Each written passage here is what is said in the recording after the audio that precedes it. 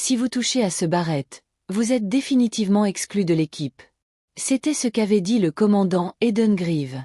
Mais à Sultan Valley, lorsque le tireur d'élite principal tomba, lorsque tous les chemins furent bloqués par le feu ennemi, Ashley Marron, une infirmière en qui personne ne faisait confiance, s'avança.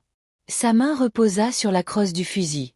Un souffle, un coup de feu, et le ciel tout entier se tut, témoin d'une vérité que personne n'osait imaginer. Si elle ne touchait pas le barrette, elle serait définitivement exclue de l'équipe. Ce fut le seul rappel que le commandant des Cils lui donna. Pas de cris, pas de menaces. L'avertissement fut lancé si doucement qu'il aurait tout aussi bien pu s'agir d'une cafetière cassée, et non d'un fusil de gros calibre capable de réduire en miettes le moteur d'un camion à 300 mètres de distance. Mais elle comprit clairement. La ligne était tracée. Franchissez-la et tout s'arrêterait. Le barrette 50 calories reposait là, tel un prédateur endormi. Il était drapé dans un tissu grossier, posé à côté de 3 caisses de provisions dans l'avant-poste improvisé au bord de la vallée de Bakersfield, en Californie. L'air matinal était chargé d'une chaleur sèche et étouffante, le genre de temps qui faisait résonner chaque son, comme si le haut désert lui-même l'écoutait. Ashley Marin, l'infirmière, fraîchement transférée du camp d'entraînement de 29 Palmes, avançait avec légèreté sur le terrain découvert. Une petite cicatrice sur son poignet gauche accrochait la lumière du soleil, le reste dissimulé par une manche négligemment retroussée. Ses bottes de combat poussiéreuses étaient soigneusement lacées. Sa démarche ne disait pas grand-chose, mais la façon dont elle s'arrêta et baissa les yeux vers le barrette était indéniable. Le regard de quelqu'un qui savait exactement ce que ce fusil pouvait faire. Personne ne le remarqua. Dans le chaos du camp, le bourdonnement des hélicoptères, le crépitement des radios, les rires hésitants des soldats, une infirmière s'approchant d'un fusil n'était pas de nature à faire sourciller. Jusqu'à ce que ses doigts effleurent le corps de l'arme. À cet instant, l'air sembla se figer. Elle n'appuya pas sur la détente. Sans précipitation. Elle posa simplement sa main sur le métal froid, comme si elle touchait un souvenir. Et puis, le souvenir revint en force. L'image de son père qui lui avait dit un jour, « Certaines choses ne sont pas faites pour toi. Pas avant que le monde ne soit à court de gens assez sains d'esprit pour les supporters. » Elle retira son gant. Sa main nue se posa sur le corps du fusil. Doucement, calmement, tout à fait humaine. Le barrette ne résista pas. Il resta là, à attendre, comme s'il savait que celui qui l'avait déclenché n'était pas un inconnu. Tout se passa en moins de 90 secondes. Mais pour Ashley, ce fut le moment où elle sortit de sa zone de sécurité, une zone où elle avait vécu 4 ans comme médecin, à réparer ce que d'autres avaient déchiré. Maintenant, pour la première fois depuis des lustres, elle se retrouva face à la possibilité de mettre fin à tout. Et puis, un épais panache de fumée s'éleva de l'autre côté de la vallée. La première explosion. Personne ne cria. Personne ne prévint. Mais, instinctivement, tout le monde se précipita vers le col. Les artilleurs principaux s'étaient déjà repliés sur la deuxième ligne. Le système de reconnaissance était enrayé. Avant que le commandant puisse donner des ordres, le convoi fut pris sous le feu. Ashley s'accroupit près du barrette. Personne ne l'appela. Personne ne donna d'ordre. Elle ne demanda pas la permission. Dans cet instant fugace entre chaos et instinct, elle activa la culasse. Le premier coup fit mouche. Le second réduisit le flanc de la colline au silence. Le barrette rugit dans le ciel. L'hélicoptère de reconnaissance tournoya. Le coordinateur hurla dans la radio. « Attendez! Qui vient de tirer ?» Aucune réponse. Seule une petite fille brune était agenouillée près du fusil, comme si elle hésitait encore à savoir si elle était celle qui enfreignait les règles ou la dernière à les respecter. Puis elle tira le troisième coup. Certaines personnes s'engageaient dans l'armée pour prouver quelque chose. Ashley non. Elle voulait juste être là pour faire quelque chose de bien. C'était la première chose qu'on pouvait facilement croire à son sujet, et aussi la raison pour laquelle personne ne pensait qu'elle irait loin. Née à la périphérie d'un quartier pauvre près de la base des Marines à 29 Palmes, en Californie, Ashley grandit dans une maison sans climatisation, mais toujours avec de l'eau froide grâce à un vieux congélateur que son père réparait sans relâche. Sa mère travaillait à temps partiel dans une bibliothèque. Son père, ancien opérateur de la Delta Force, ne parlait jamais de ses exploits, mais il pouvait découper un poulet vivant avec une dague plus vite qu'un chef sushi. Après sa mort dans une explosion lors d'un exercice d'entraînement, tout changea. Ashley devint plus discrète. Elle abandonna ses rêves de combat pour la médecine. même si tout le monde disait qu'elle avait le regard d'un tireur d'élite. Lorsqu'elle s'engagea dans l'armée, elle choisit d'être infirmière. Non pas par peur des armes, mais parce qu'elle voulait soigner. Mais c'est là qu'elle apprit une vérité simple. Dans une équipe des forces spéciales, le soignant est souvent considéré comme le maillon faible. Elle était la petite sœur. On l'appréciait comme on apprécie un chat errant apprivoisé, mais on ne l'écoutait jamais. Lorsqu'elle suggéra d'améliorer les kits médicaux pour les conditions du désert, le commandant la repoussa d'un geste. Plus tard, lorsqu'elle demanda à s'entraîner avec l'unité de fusiliers pour comprendre les tactiques, on rit. « Tu es infirmière, pas Rambo. » Au camp d'entraînement, quelqu'un plaisanta un jour en disant que si on donnait un barrette à Ashley, elle le prendrait pour le stériliser. Une blague mignonne, tout comme elle. Mais Ashley ne rit pas. Elle baissa simplement la tête et continua à prendre des notes. Ce que peu savaient, c'est qu'après chaque service, elle s'entraînait seule. Dans la salle de repos, elle démontait les kits médicaux comme si elle nettoyait un fusil. Elle mesurait la distance entre son lit et la fenêtre comme si elle évaluait un champ de tir. Dans un monde où personne ne la croyait capable, elle se préparait discrètement pour le jour où personne d'autre ne le pourrait. Elle n'en parla à personne, mais un jour, elle modifia un itinéraire de ravitaillement sur une carte simulée, sauvant l'équipe d'un piège à incendie lors d'un exercice. Ce n'était qu'une simulation. Personne n'en parla. Personne ne savait que c'était son idée, car Ashley ne cherchait jamais à se faire connaître. Elle se contentait d'observer, d'apprendre et d'attendre. Chaque soldat porte quelque chose de personnel qu'il ne veut pas que quiconque touche. Pour Ashley, c'était une petite boîte en bois, aux bords polis par le temps, soigneusement rangée sous la couchette de ses quartiers temporaires au camp d'entraînement. Pas de cadenas, pas d'étiquette, juste une boîte en bois sombre qui ressemblait à un bibelot abandonné. Mais à l'intérieur se trouvait un autre monde, un monde auquel Ashley avait appartenu et qu'elle portait encore en elle en silence. À l'intérieur de la boîte se trouvaient 3 objets. Un épais carnet rempli de notes sur la balistique et le tir en conditions désertiques, un gant de sniper avec un index déchiré et une photo noire et blanc délavée, floue par le soleil, d'un homme nettoyant un fusil M24 à l'ombre d'un chêne. Son père, James Marin, membre de la Delta Force, son nom n'était pas inconnu, mais pour Ashley, ce n'était pas une légende. C'était lui qui lui avait appris à marcher doucement sur le sable sans laisser de traces. Celui qui utilisait des boîtes de conserve comme cible et la forçait à viser d'un œil mi-clos. Celui qui pouvait raconter des contes de fées tout en démontant un fusil aussi facilement qu'on épluche du maïs. L'été où Ashley a eu 12 ans, il l'a emmenée sur un terrain d'entraînement en dehors de la ville, non pas pour tirer, mais pour respirer. Il lui a appris à écouter son propre rythme cardiaque dans le silence, à recharger son esprit comme on recharge un chargeur. Personne ne tire mieux que quelqu'un qui n'a pas peur du silence, lui a-t-il dit. Il ne l'a jamais poussé vers la voie militaire, mais il n'a jamais caché la vérité non plus. Tu as le regard de quelqu'un qui sait quand mettre fin à une mauvaise action. Ne laisse personne t'apprendre à t'incliner devant elle. Le jour de sa mort, tout a volé en éclats. Un accident d'entraînement, aussi simple que ça. Une explosion, un bref appel téléphonique, un drapeau soigneusement plié laissé sur le lit. Sa mère, une femme peu loquace, n'a dit qu'une chose en voyant Ashley serrer le vieux gant. Promets-moi, ma fille. Ne fais pas suivre une mort par une autre arme. Ashley hocha la tête et au fond d'elle-même, elle était convaincue d'avoir tenu sa promesse. Elle entra dans la médecine comme si elle cherchait une échappatoire plus douce. À ses débuts, elle s'efforçait de croire que la guérison suffisait, qu'en pensant suffisamment de blessures, sa propre douleur pourrait aussi disparaître. Mais parfois, cette cicatrice lançait aux moments les plus inattendus, comme le bruit d'un coup de feu au loin ou l'odeur de fer rouillé dans l'air. Quand la nuit tombait sur la base, d'autres dormaient. Ashley restait éveillée, feuilletant les pages de son carnet, notant des formules pour la force du vent, la trajectoire des balles et l'élévation.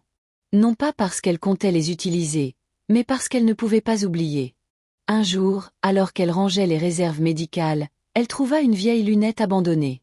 Elle la rapporta, la nettoya et la posa sur le rebord de sa fenêtre, comme pour admirer le paysage. Mais personne ne savait que chaque matin, elle ajustait sa mise au point comme un réflexe. Quelque chose en elle observait encore, non pas une cible, mais la version d'elle-même d'autrefois. Un jour, lorsqu'un jeune soldat lui demanda nonchalamment à propos de la vieille photo cachée dans son carnet, celle de son père sous l'arbre, Ashley se contenta de sourire. Juste quelqu'un qui m'avait appris à regarder un peu plus loin. Personne ne savait jusqu'où ses yeux pouvaient voir. Lorsque la mission d'escorte du convoi de ravitaillement à travers la Terre Rouge près de Sultan Valley commença, personne ne pensait que ce serait le jour où toutes les règles seraient mises à l'épreuve. Sur la carte, ce n'était qu'un simple couloir de ravitaillement. Mais le terrain accidenté, les signaux perturbés et le soleil brûlant du désert californien transformèrent ce qui semblait sur en piège. Le drone de reconnaissance perdit le contact 90 secondes seulement avant la première explosion. Personne ne put identifier la source de la puissance de feu. Un virage sans visibilité, un canyon silencieux, puis des balles pleuvaient. L'équipe des SEAL était dispersée. Les principaux snipers étaient blessés ou hors de position. Le Barrett 50 calories, seule arme capable de renverser la situation à distance, avait été abandonné près d'une falaise près de l'endroit où le drone s'était écrasé. Au poste médical de campagne, non loin de là, Ashley était assise au milieu des cris et du sang. Un homme blessé au cou, un autre saignant à cause d'éclats d'obus. Son oreillette crépitait, appelant au secours par intermittence. Au milieu du bruit chaotique, une voix familière perça. On ne voit pas les cibles. Mon Dieu, elles avancent le long de la crête. Ashley jeta un coup d'œil au moniteur de terrain, puis se tourna vers l'étendue dégagée à l'ouest, d'où l'on avait une ligne de vue directe sur le col étroit. Un endroit parfait pour un sniper. Si quelqu'un était assez rapide, assez précis et assez audacieux. Puis elle se souvint d'une parole de son père, une parole qu'elle pensait avoir oubliée. Quiconque fuit le chaos est une victime. Celui qui s'engage dans le chaos pour y mettre fin est un guerrier. Elle se leva. Personne ne l'appela. Personne ne l'arrêta. Tout le monde était trop occupé pour remarquer une petite infirmière qui s'essuyait la sueur, renouait ses bottes et sortait en courant de la tente. Ashley ne portait pas de fusil.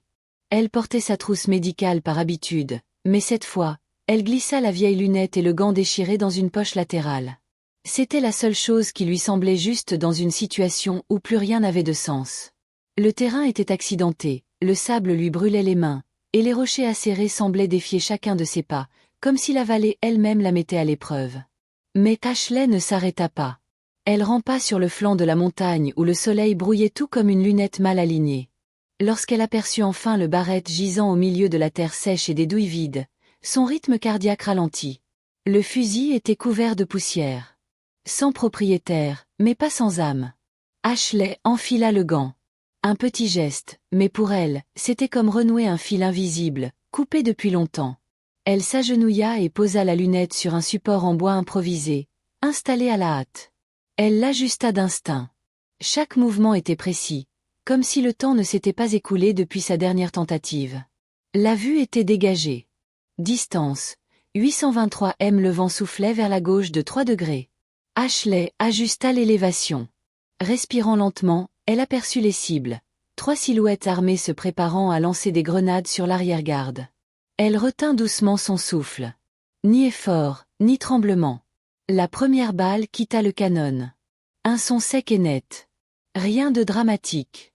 Mais à partir de ce moment, l'infirmière ne serait plus jamais la même.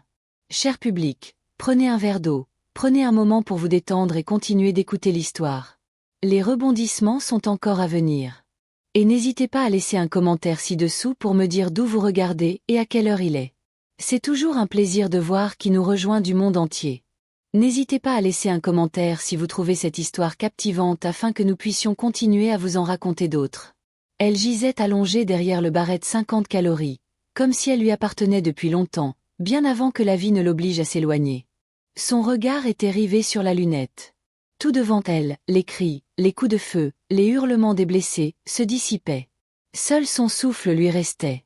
Pour la première fois depuis des années, les mains d'Ashley ne tremblaient plus. Aucune hésitation, aucune demande de permission. Un craquement assourdissant retentit du sommet de la colline. Un ennemi armé d'un RPG fut abattu. Dans son oreillette, quelqu'un cria « Qui vient de tirer ?» Vance, l'observateur, avait tout vu à travers le drone. Il se redressa brusquement sur son siège, n'en croyant pas ses yeux. La seule personne agenouillée derrière le Barrett, couverte de poussière et de sang, était Ashley. « Qui vous a autorisé à tirer ?» chuchota Vance à la radio, sans attendre de réponse. Ashley ne répondit pas.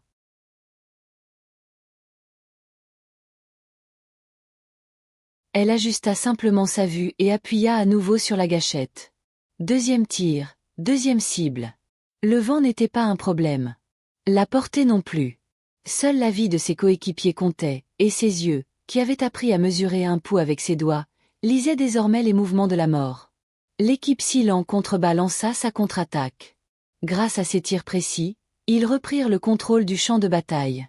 Un V se libéra d'un tir croisé grâce à l'élimination d'un mitrailleur qui tenait le point d'étranglement. En 8 minutes, Ashley tira 5 coups. 4 atteignirent leur cible. Un détruisit un capteur ennemi. Le plus remarquable, c'est qu'elle portait encore son brassard de médecin. Un coéquipier blessé gémissait en contrebas.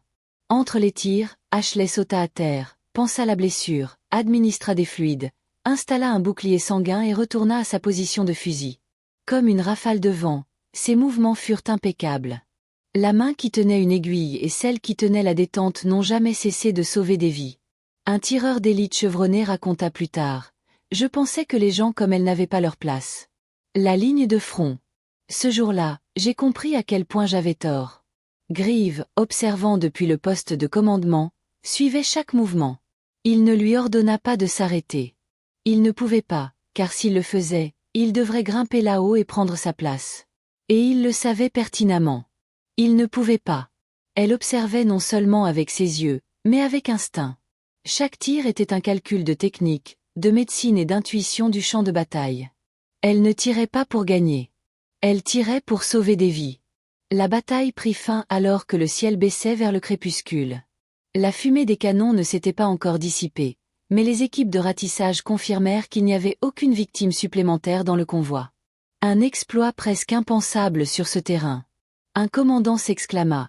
Je n'ai jamais vu une infirmière sauver des vies avec mes 2 mains. L'une pour soigner, l'autre pour combattre. Vance, après avoir confirmé que la zone était sécurisée, grimpa au sommet de la colline. Il la trouva assise là, les épaules détendues, la tête légèrement appuyée contre le barrette, comme endormie. Non pas d'épuisement, mais parce qu'elle était en paix. Il s'assit à côté d'elle, jetant un coup d'œil au fusil, puis à elle.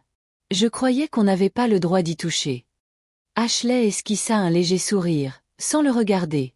Moi aussi. Un silence s'installa entre eux, plus épais que la fumée des armes à feu, mais au fond, une reconnaissance, discrète mais indéniable. En descendant la colline, ses coéquipiers ne la regardèrent pas avec surprise. Ils la regardèrent avec gratitude. Ce soir-là, lorsque le silence fut revenu, Ashley s'assit seule au clair de lune et écrivit quelques lignes dans son vieux carnet médical. Elle n'écrivit ni sur le barrette ni sur l'ennemi. Elle écrivit seulement. Aujourd'hui, j'ai utilisé tout ce que je savais pour aider les autres à respirer, que ce soit avec une aiguille ou une balle. La nouvelle se répandit dans le camp quelques heures seulement après le retour sain et sauf du convoi de Sultan Valais. Personne ne tomba. Pas un seul véhicule ne fut perdu. Mais ce qui fit vibrer tout le monde, ce ne fut pas le succès de la mission, mais l'identité de celui qui avait tiré la barrette 50 calories, sauvant toute l'équipe de la destruction. Ashley Marron, une infirmière. Personne n'y croyait. Personne ne s'y attendait. Le commandant Eden Grieve, un vétéran grisonnant des cils boitants depuis Fallujah, était assis en silence dans la salle tactique, les yeux rivés sur l'écran, repassant l'audio de la bataille. La voix de Vance résonna dans le casque. Le tireur est médecin, 3 fois. Immuable, indubitable. Il se souvint du moment, quelques semaines plus tôt, où il avait regardé Ashley droit dans les yeux et dit, d'une voix presque menaçante, « Si tu touches à cette barrette, tu es viré de l'équipe pour de bon. » Or, cette même barrette avait sauvé l'équipe, et c'est elle qui avait appuyé sur la détente. Le débriefing post-mission ce jour-là était bondé. Tout le monde était là, non pas pour le rapport, mais par curiosité. Ashley était assise au dernier rang, silencieuse. Elle avait l'air comme toujours, sa fatigue médicale encore tachée de terre rouge, ses manches retroussées révélant les poignets noircis de son fils. Rien d'extraordinaire, mais les regards fixés sur elle étaient différents. Rico, un tireur d'élite s'il renommé de l'unité, se leva pour parler le premier. Il se gratta la tête, regarda autour de lui, puis croisa le regard d'Ashley. « Je croyais que tu faisais du médical, » dit-il d'une voix myrieuse, mi-sérieuse. « Je ne savais pas que tu luttais contre la mort. » La salle éclata de rire. Pas un rire moqueur, mais un rire empli de soulagement et de respect. Le rire de ceux qui ont frôlé la mort et qui ont remercié quelqu'un d'autre. Vance prit la parole ensuite. Sans humour cette fois. Il dit simplement, Sans le premier coup de feu d'Ashley, je ne serais probablement pas assis ici. Greaves se leva. Personne ne l'interrompit. Il regarda Ashley, puis sortit de sa poche une pièce de défi portant le symbole d'un chêne. Cette pièce était destinée à une cérémonie officielle, dit-il. Mais certaines personnes n'ont pas besoin de fanfare pour être reconnues. Il s'approcha et déposa la pièce sur la table devant Ashley. Pas de caméra, pas de tambour ni de trompette, juste une pièce de métal qui tintait légèrement en touchant la table. Mais ce bruit avait plus de poids que n'importe quel métal. Après la réunion, plus personne n'appelait Ashley l'infirmière. On l'appelait par son nom. Simple, discret, mais irréversible. La semaine suivante, lors d'une séance d'entraînement tactique médical combiné, Ashley fut affectée comme observatrice pour l'équipe de tireurs d'élite. Une recrue demanda « Est-elle seulement qualifiée ?» L'instructeur se tourna simplement, désigna le gant de tireur d'élite accroché à la porte de l'infirmerie et dit « C'est la seule ici à avoir appuyé sur la détente pour sauver toute l'équipe. » Le lendemain, ce même soldat vint à l'infirmerie, non pas pour des médicaments, mais pour des conseils. Ashley écouta. Elle ne dit pas grand-chose. Elle ne fit pas de leçons comme un officier. Elle se contenta de raconter des anecdotes sur la visée, la respiration et ce qui distingue vraiment un soldat. Non pas la force d'appuyer sur la détente, mais savoir quand ne pas appuyer. Chaque après-midi de week-end, alors que le soleil disparaissait derrière les montagnes au-delà de la base, Ashley elle ouvrit grand la porte de l'infirmerie. Non pas pour la brise, ni pour la lumière, mais parce qu'elle voulait que les passants voient le gant du tireur d'élite accroché au crochet. Un gant immaculé, jamais utilisé, accompagné d'un petit mot manuscrit pour la prochaine fois. Espérons que vous n'en aurez pas besoin. Ce n'était pas un simple cadeau anonyme. C'était la façon pour l'équipe de saluer ce que personne n'osait dire à voix haute. Que la femme autrefois considérée comme la plus improbable soit devenue un pilier indispensable. Et ce symbole, aussi discret fut-il, resta plus fort que tout éloge. Au fil des mois, les blessures du champ de bataille commencèrent à cicatriser, mais l'écho de la vallée du Sultan persistait dans les conversations nocturnes. Chaque fois que de nouvelles recrues rejoignaient l'équipe, l'histoire d'Ashley était racontée non pas comme une légende, mais comme un doux rappel. Ne jugez jamais quelqu'un uniquement sur le rôle qui lui est assigné. Le mois suivant, lors d'une cérémonie en l'honneur du personnel médical militaire, Ashley fut nommée pour sa contribution au-delà du grade. Elle n'y assista pas. Ce soir-là, elle s'assit avec sa vieille boîte en bois et l'ouvrit une fois de plus. La photo de son père sous le chêne. L'arbre gisait toujours là, à côté du gant, dont le doigt avait été arraché par les années passées. Mais elle y plaça également la pièce de défi en chêne, cadeau du commandant Greaves, discrètement. Non pas pour préserver le passé, mais pour le refermer complètement. Nul besoin de s'accrocher aux victoires si l'on sait qu'on fait toujours ce qui est juste. La semaine suivante, un groupe de jeunes soldats organisa un exercice tactique impliquant un soutien médical et un tir d'élite coordonné. Pour la première fois dans l'histoire de l'unité, ils demandèrent que l'instructeur principal ne soit pas un tireur d'élite chevronné, mais l'officier Ashley Marin. Personne ne s'y opposa, non pas parce qu'elle était une héroïne, mais parce qu'ils étaient convaincus qu'elle savait ce qui valait la peine d'être tirée et ce qui méritait davantage d'être soigné.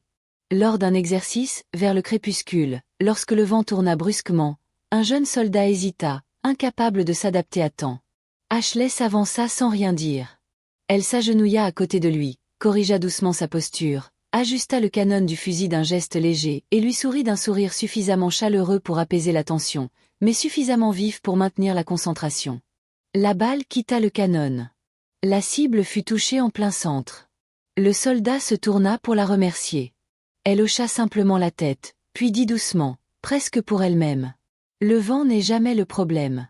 Le problème, c'est qui respire à côté de vous. C'était une phrase que son père avait prononcée sur un terrain d'entraînement poussiéreux, sous un vieux chêne. Cette phrase devint une tradition tranquille au sein de l'équipe.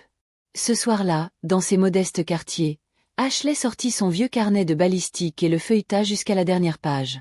Ses doigts portaient encore de légères callosités datant d'un temps révolu, mais l'odeur de poudre était absente. Elle écrivit une ligne de plus. Aujourd'hui, papa, je n'entends plus les balles. J'entends seulement mes coéquipiers respirer régulièrement. Sous la faible lueur d'une lampe jaune, la page sembla s'immobiliser. Personne n'avait été témoin de cet instant. Mais c'était l'instant où les symboles de la guerre, le barrette, la pièce, le gant, furent fermés par le souffle de vie. Le lendemain matin, Quelqu'un remarqua un autre gant de sniper accroché à côté du vieux, sur la porte de l'infirmerie. Pas de mots, personne ne le réclama, mais toute la base. Compris. Parfois, le respect ne se résume pas à des mots, il suffit d'agir. Et vous, cher public, préparez-vous pour le prochain rebondissement de cette histoire à couper le souffle. Alors, avant de vous installer confortablement, prenez un instant pour aimer la vidéo et vous abonner, mais seulement si vous appréciez vraiment ce que je fais ici. Et laissez un commentaire ci-dessous pour me dire d'où vous regardez et à quelle heure il est. C'est toujours un plaisir de voir qui nous rejoint des quatre coins du monde.